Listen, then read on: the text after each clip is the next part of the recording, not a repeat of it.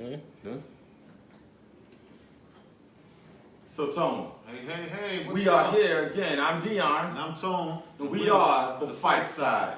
So we're going to hear live at the Errol Spence, Danny Garcia Unification Championship fight. Errol Spence is back. His first fight back. What do you expect? Oh, man, I think Errol's going to be on point.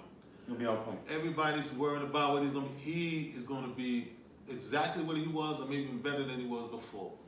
You think so? I'm positive. You don't worry about no lingering effects? I don't worry about nothing because you got to trust the people around him. Mm-hmm. They wouldn't put him in this position to do this. If he wanted to and he wasn't looking right, this fight wouldn't have been on. You got to think about the people that's been with him for years, training him. They would not put him in this position if he wasn't ready. I agree with that. I agree. I mean, when you're looking at all the blogs and everything on YouTube, and everybody's talking about his speech is a little slurred, maybe because he got the new teeth, and right. He don't quite look the same in the face. But Derek James was just saying yesterday in an interview with the Reed magazine, he said, well, if you think that he's slow, wait till you see him in the ring. Because, we saw on the PBC when they had the fight camp and they showed him sparring a little bit, he still looked like he was very, very intense. Yeah, but I'm looking at him. I'm looking at him. His when he was talking when they was at his camp, he didn't look dried out. Right.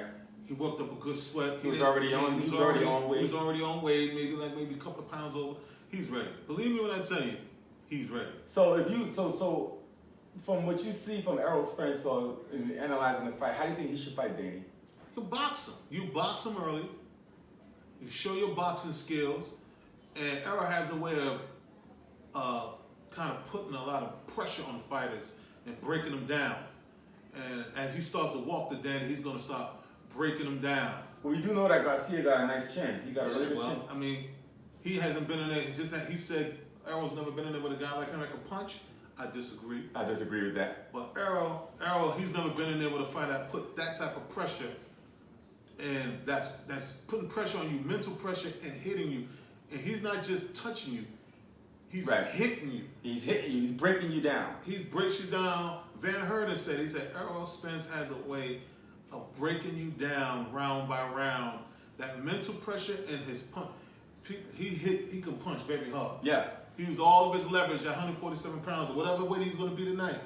Mm-hmm. When he rehydrate back up, he knows how to put these punches together and hurt you. And it's funny because, Danny Garcia talks about he never been in a fight with a harder punch as him. But when you think about it, Garcia's record is 36-2, and he's got 21 knockouts, which is about a 55% knockout ratio. And Errol Spence got 21 knockouts in 26 fights.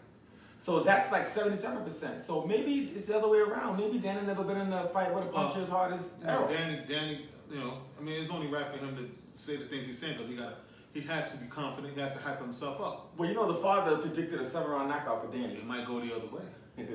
Trust me. The only thing that I would say is this.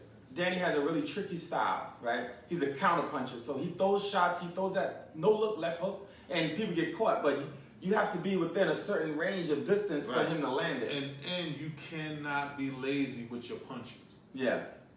Counter punches allow you, after a while you start getting lazy with your punches. They're able to counter. Now that's the timing is in play. If you can stay consistent, throwing a consistent jab at a consistent rate, at a consistent speed, and getting in and out, plus he's longer than Danny Garcia, he can control the fight.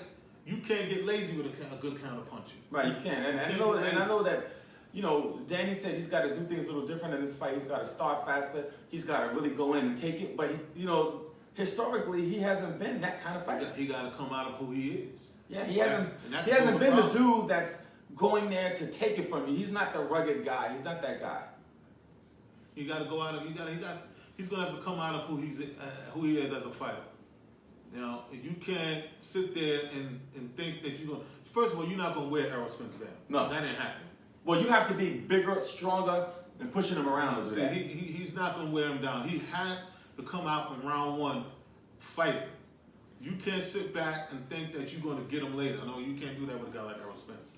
Well, I'll tell you He has too much tools in his toolbox. I just have to wait and see how the first round goes. If you see that Errol is throwing his shots, and once he takes a good shot, then I'm going to be a little comfortable because I'm just feeling like You know, I'm going for herbal. As you can see, I'm all Spence all No day, doubt. all day. I'm just repping the champ. Just wanted to show that he's 100% when he's in there because anyone can get caught. I want to see how he reacts when he gets hit with a shot.